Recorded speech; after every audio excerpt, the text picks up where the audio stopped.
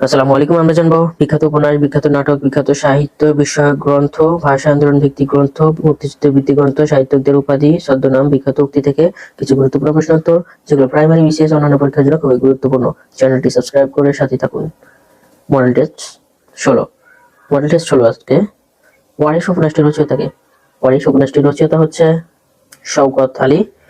শহর বাঁশের ইতিকথা উপন্যাসটি লিখেছেন মানিক বন্দ্যোপাধ্যায়। মানচিত্র কি ধরনের গ্রন্থ?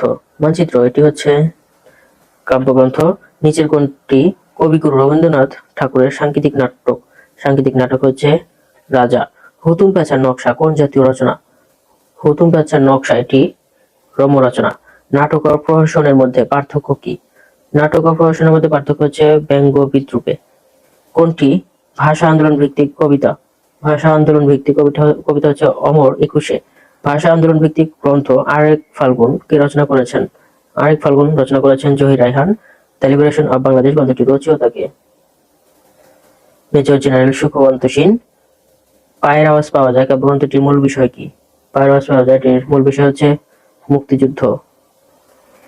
মুসলিম রেনেসাঁর কবি বলা হয় কাকে? মুসলিম রেনেসাঁর কবি বলা হয় ফরুক আহমেদকে। কবি কায়কোবাদের প্রকৃত নাম কি?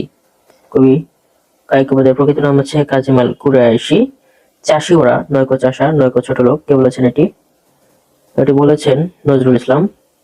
সাহিত্য জাতির দর্পণ স্বরূপ উক্তিটি কোন গ্রন্থে উল্লেখ আছে?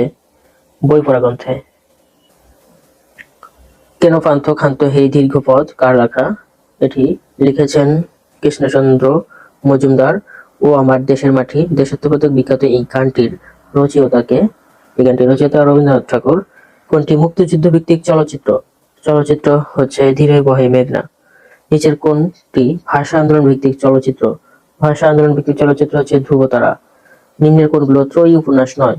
ত্রয়ী উপন্যাস নয় হচ্ছে ধাত্রী দেবতা, কবি, পঞ্চগ্রাম, এগুলো ত্রয়ী উপন্যাস নয়। কিন্তু উত্তরাধিকার, কালবেলা, কালপুরুষ, আনন্দমঠ, দেবী চৌধুরানী সীতারাম, সেই সময়, পূর্ব পশ্চিম, প্রথম আলো, এগুলো ত্রয়ী উপন্যাস। লীলাবতী নাটকটি রচয়িতাকে?